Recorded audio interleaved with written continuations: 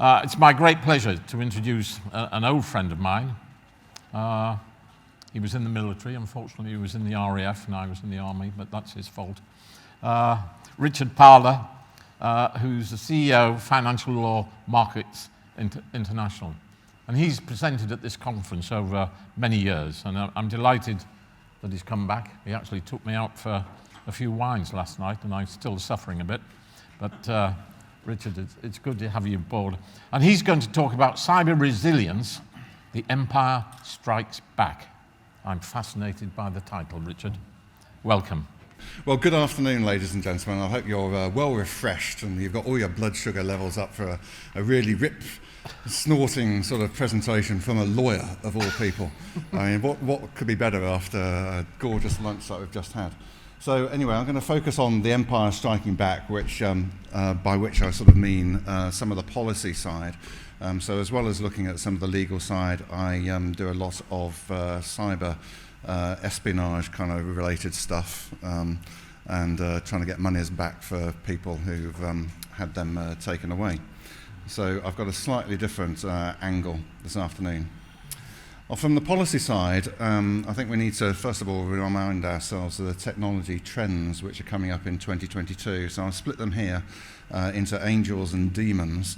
And you'll see on the angel sort of side, this is where everybody is sort of expecting quite a lot of the growth to come over the course of the next 12 months. So the first one is what I call Adequacy.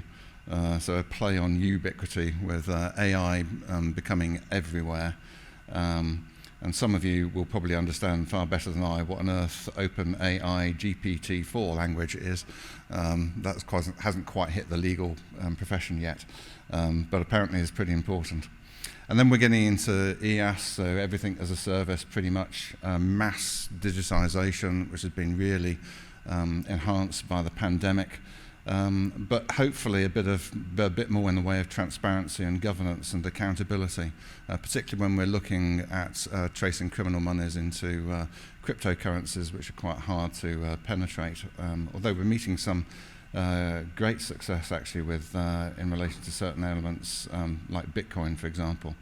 And then, of course, we can't forget about the climate debate either. So there's some sustainable energy solutions which are thought to be coming through.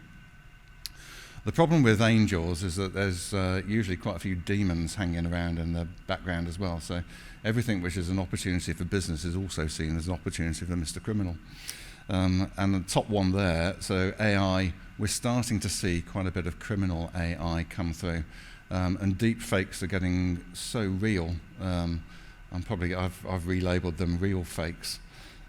Crime as a service, so everything which can be digitized in the commercial world, surprisingly enough, the criminals are at it as well. Cybercrime has now become the leading crime out of the top 5 crimes worldwide. That shows you how important it is and how quickly it's developed into that position. For many, many, many years, it was drug trafficking. Anonymization, obfuscation, of course, the opposite of transparency and governance and accountability. So criminals don't really like floating themselves on stock exchanges and producing public reports and all this, that, and the other. I mean, they do produce reports, but to their own bosses, and they're usually quite sort of secret. And they're also usually on the lookout for the cheapest energy solutions, which means the cheapest to them, not necessarily to the planet. So when you get to a stage of Bitcoin mining, for example, using up the same amount of energy as Argentina or Belgium, I mean, there's some certain policy considerations that we need to bear in mind there.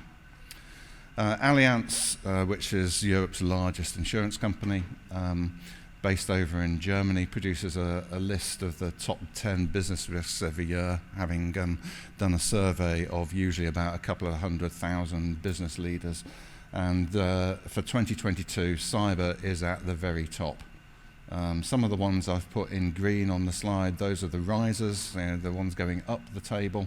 And surprise, surprise, they're all pretty much related to the climate issue, or at least the first 2 green ones are, and shortage of skilled workers. We've heard about that this morning as well. And some of the other ones are falling down the table a bit, and of course there's nothing in there which really covers the sort of issue that we've seen in Ukraine, because not many people were predicting that actually the invasion was likely to happen. So looking at cyber resilience, when I first started in cybersecurity, it was cybersecurity, but then there was a realization that cybersecurity was never going to be 100%, so we're looking more at resilience. And what I want to give you this afternoon is a little bit more detail on how HM government is addressing the issue and certain other considerations as well, and a little bit of homework for you as well. So I'm a big firm believer, not just going to a conference and listening, you've got to go out and take some action afterwards. So some figures there on the left-hand side of the screen, and we've seen loads of figures earlier this morning, but with 40%, nearly 40% reporting a cyber breach in the last year, and 27% of those reporting a breach are saying they're getting it at least once a week. It's obviously got pretty serious. And the cyber risks are up, demonstrably so due to the pandemic. You can get the figures off the NCSC website as to the impact of the pandemic on cybercrime. And they're likely to increase further with the war in Ukraine. We're already seeing a whole load of Ukraine war-related spam coming through, and phishing, for example. On the right-hand side there, those are figures which are from a survey that I did when I was chairing the Home Affairs Committee at the Federation of Small Businesses. So our top issue then was cyber. And the figures have changed slightly since, but not much. So it's still quite amazing, I think, when you, particularly if you come in this kind of environment, when you think, well, everybody's thinking about cyber. That's all we're talking about all day. Well, they're not talking about that all day everywhere else. And certainly around when you get 66% of SMEs don't even think they're open to cyber attack, that's still a bit of a concern. Even more of a concern when you realise that 95% of the UK economy is based on SMEs. But that's a great opportunity for everybody here, because there's loads of people who need some help. So those figures, I think, are quite disturbing, but definitely an opportunity for those of you in the hall.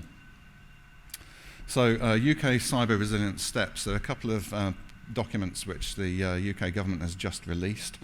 And in there, they're looking at the steps that they've taken and then an assessment of where we are at the moment. So release of the first ever National Cybersecurity Strategy, which covered 2016 to 2021.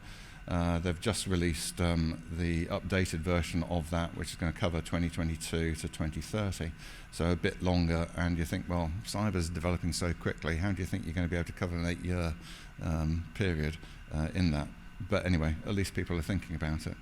We've had the establishment of the NCSC, and I think it's fair to say that's one of the best examples of government initiatives which have resulted in a sensible advancement.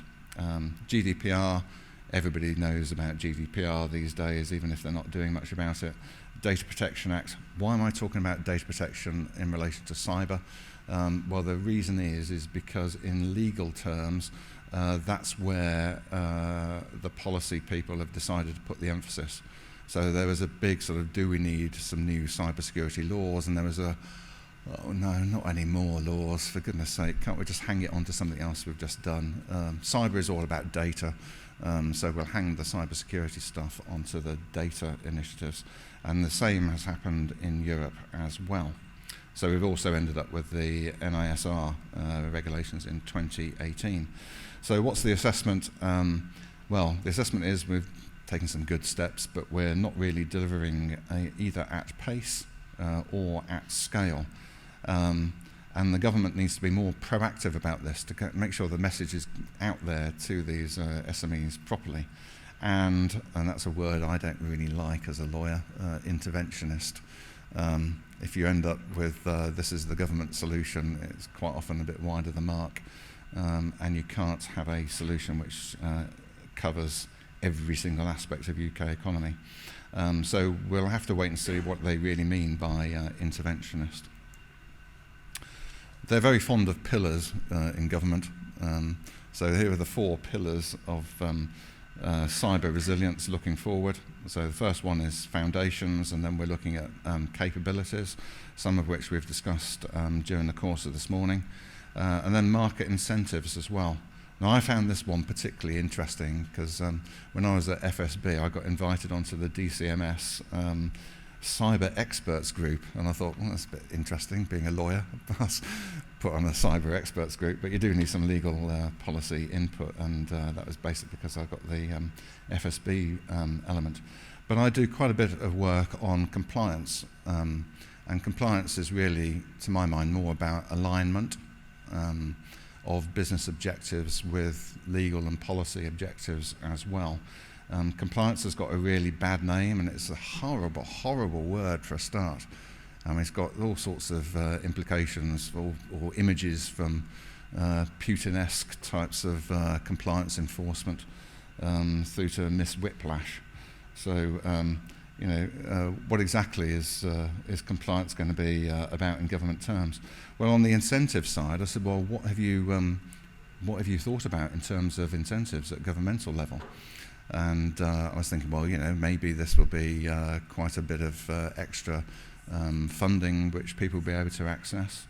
There was a funding programme which was quite interesting because you could get £4,000 to £5,000 to help you out on the cyber side under a UK innovation voucher scheme. And then you looked a little bit more closely because you think £4,000 or £5,000, that's quite good for certain SMEs actually. They'd be able to do quite a bit of that even if they just upgrade to upgrade out of XP. But then it transpired that actually you couldn't buy any software with it, you couldn't buy any hardware with it, and you could only spend the money on a government-appointed cyber representative who would come in, have a look at all your systems, and then give you a report about how crap you were. And you couldn't spend any of the money on rectification afterwards either. And you had to pay the VAT on the bill as well because the money didn't cover that. So with that in mind, I thought, well, what's the incentive going to be? So one of them sort of sat back and thought about it for a few minutes and then said, yeah, well, the incentive is going to be, if you tried to do a good job in our view, we'll lower the fine that we're going to give you. So I think, well, yeah, how does that work out in policy terms? So somebody who's really suffered gets a fine on top of all this stuff, and how are they going to pay it when they've had all the money from a ransomware scheme? So what are you going to do next with victims? Are you going to punish little old ladies for being so stupid as to venture out on the streets and get attacked? So incentives, not many people really think about that. If you can think of some good ones to get government's attention, then do pass the message on. And then accountability is their final policy pillar, and that's again could be interpreted the wrong way, couldn't it? Holding organisations accountable for effective management of cyber risk. Well, we've seen that in certain parts of the financial sector. You are accountable for the failure to prevent bribery and corruption happening in your organisation. I thought people meant to be innocent before guilty. I mean, that's a fundamental tenet of English law, really. So there we have a slide which goes into a bit more detail about operationally what we mean by the 4 pillars. So in terms of the foundations, something that I've been involved with there, the updated IASME questionnaire. So that's been brought up to speed after quite a few years of experience. Some uptake, but not enough. So we're talking about tens of thousands of companies which have signed up to that and gone through the process. But when you look at the database of companies at Companies House, we've got about 6 million companies in this country. I mean, obviously not all of them are going to need some sort of cyber element to them, but there's considerably more than about 80,000 who've gone through the process so far. Capabilities, there's been quite a bit of work done here looking at cyber skills. So it's thought there are about 135,000 people in cybersecurity, 124,000 job postings in cybersecurity just between September 19 and December 2020, with 7,500 joining every year into the sector. But we still end up with a 10,000 person shortfall. So plenty of jobs available if cybersecurity is the thing that keeps you awake at night and gives you all those passionate dreams and things. Market incentives, difficult to quantify the risks. Well, yeah, that's certainly true. Access to data, and one of the other big problems is calculating return on investment, particularly for boards. And then cyber insurance is another big issue, because there was one meeting I had at Cabinet Office, and I happened to mention I was from FSB, and then the head of Lloyd's of London descended upon me very quickly afterwards and said, we need to talk. And of course the problem is that when you're looking at motor insurance, there's 100 years worth of accident data, where in cyber there's only about 10 years. And then when cyber happens, unlike a car, it's not quite so visible. And a lot of boards want to sweep it under the table. So it's quite difficult trying to work out how you price cyber insurance policies. Do be really careful about them when you look at them. Some of those cyber insurance policies, I know people's eyes glaze over with the law, but you've got to look at the contracts and see what's covered, because you might end up having a cyber attack and then find that small print says, well, you didn't have Cyber Essentials in place, you didn't have Cyber Essentials Plus in place, and therefore we're not paying, and various other elements in the contracts as well. So some of those insurance contracts are not worth the paper they're written on. And those sorts of insurers should really be relabeled premium takers, but some insurance policies are quite good, so make sure you've got a good one. So what's happening next on cyber resilience law? This is your homework slide, please. So you'll see there's a consultation which is coming out, proposal for legislation to improve the UK's cyber resilience. Please, please, please do look at that. If we don't have people from the sector looking and giving information back into government, we will end up with some pretty horrible legislation. I spent ages and ages and ages setting up a special organisation when I was working on derivatives law, when that was being taken through European Parliament, European Commission and the Council. We in the end got what we wanted, which was just one sentence in what was the Capital Adequacy Directive, the first Capital Adequacy Directive. I think we were the only people in Europe who were really happy with that particular directive. And one of the reasons the others were unhappy was because they just didn't do the lobbying, they didn't get the messages through to government, and industry wasn't really communicating properly. So do have a look at that. There are 3 pillars on this one. Back to the pillars again. So the proposal is to bring additional critical providers of digital services, that's probably people in this room, into the cybersecurity regulatory framework, so there will be more regulation coming through.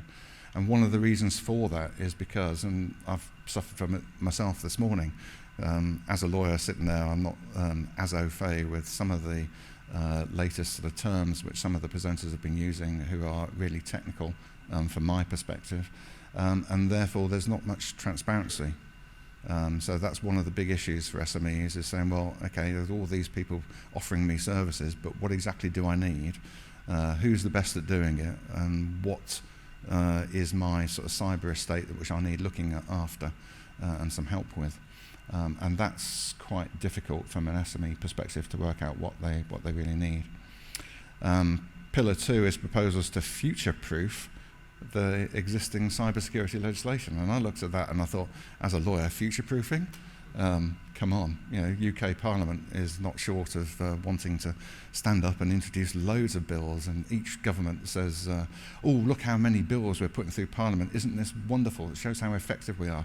Well, just try implementing some of the stuff we've already got and just give it a break for a year, would be my advice on that. So, yeah, we do need to be careful about the future-proofing. Having said that, back in the 1990s, I was part of another task force, which was the Centre for the Study of Financial Innovation. And we were looking at one question, which was, with the digitisation of the economy, do we actually need any new laws? And we thought, well, yeah, of course we will. But actually, when we looked at it in greater detail, we thought, well, actually, theft is theft, and digital is just a delivery system. So actually there are not very many new laws out on cyber. So we've got the Computer Misuse Act, when was that? I think 1980. There are proposals to update that, but you would have thought that with cyber developing so quickly, you'd look at that legislation early on. And we came back and said, well, what's the point? You know, we need to look at the data end, because we haven't got many laws on data, and we've ended up with an awful lot of legislation on data, but not so much on cyber and cyber crime. So there's another pillar there, pillar 3, and that's got a separate consultation on it. So there's 2 consultations to look at, 66 questions to do. Don't worry, even one of those questions is, what's your name and what's your email address, so they can get in contact. But you've got the good news is you've got a little bit of time to play with it, so please do get it in by 1:45 on Sunday the 10th of April. I mean, what else are you going to do on a Sunday night but look at one of these consultations and get your response in? I mean, is there anything else you're going to be doing apart from preparing for Easter?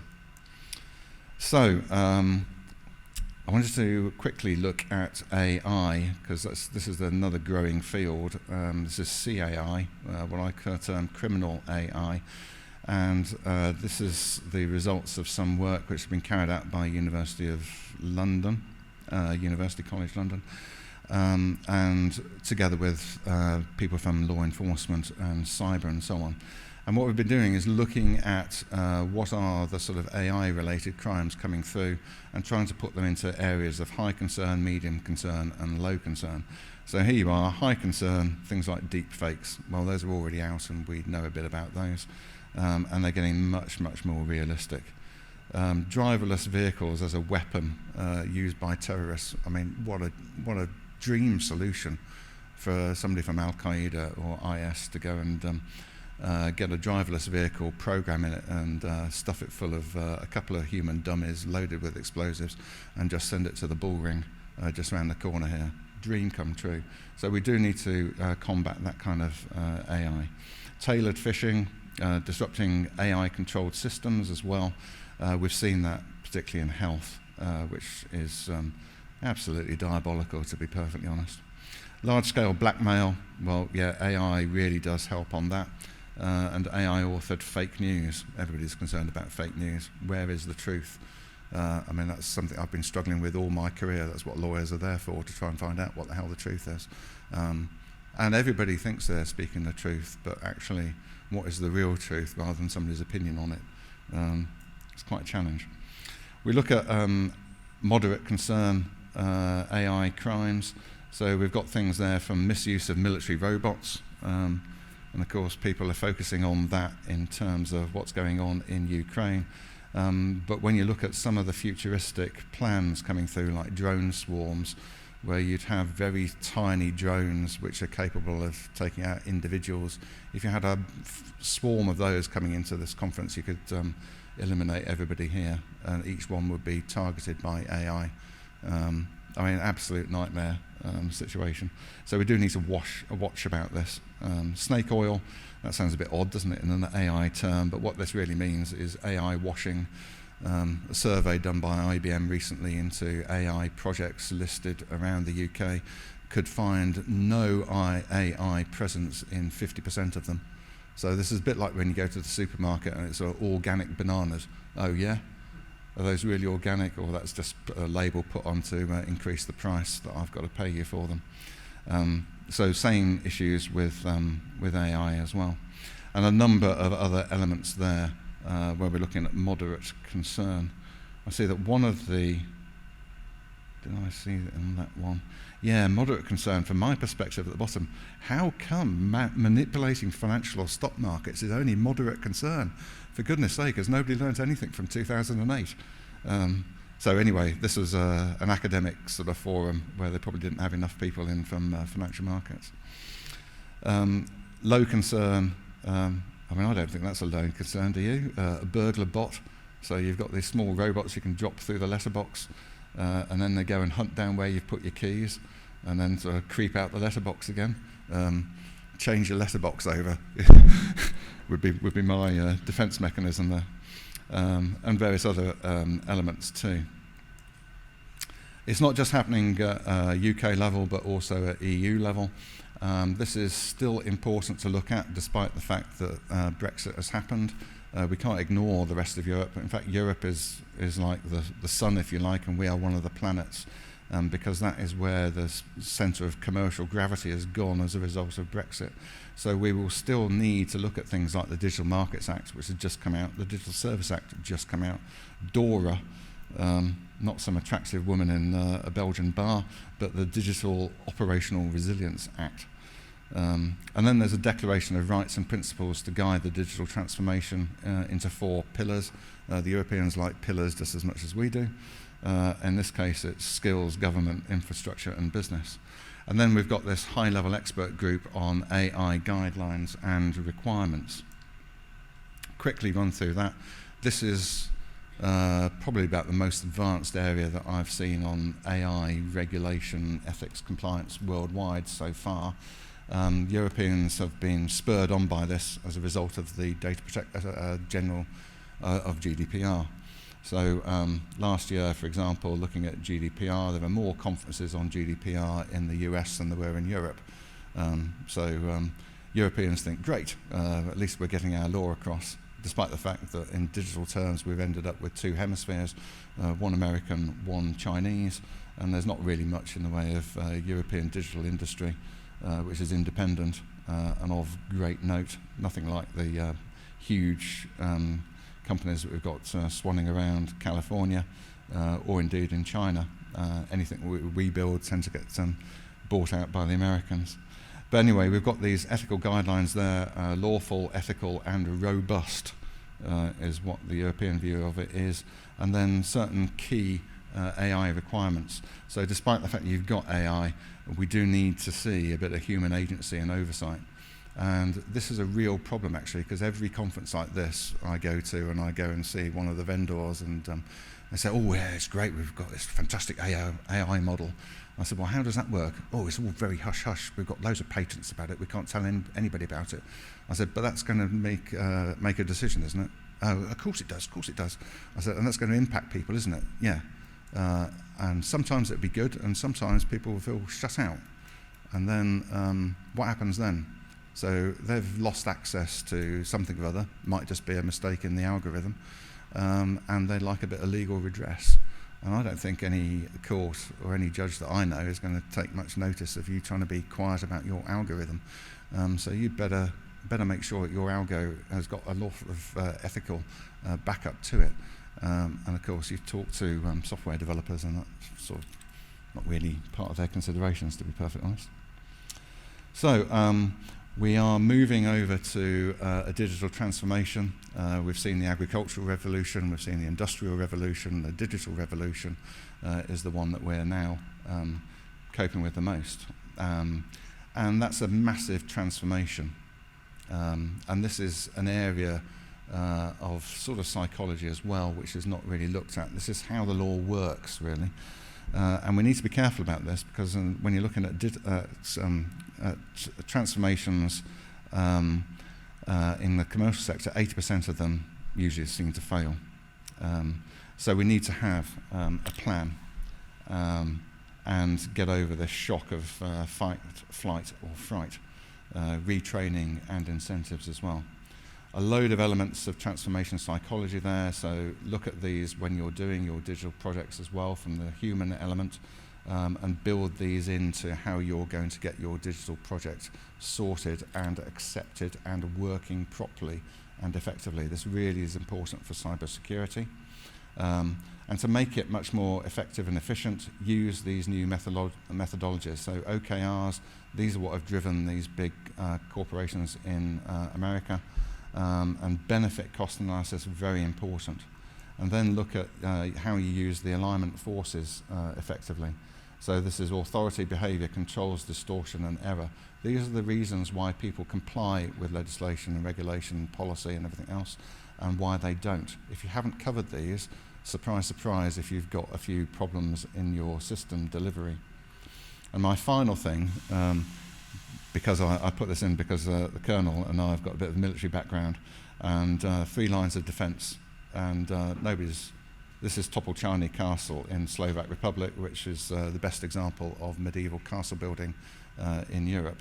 And 3 lines of defence. We're not building castles in the military anymore. You know, the only people in the world building castles these days are Disney.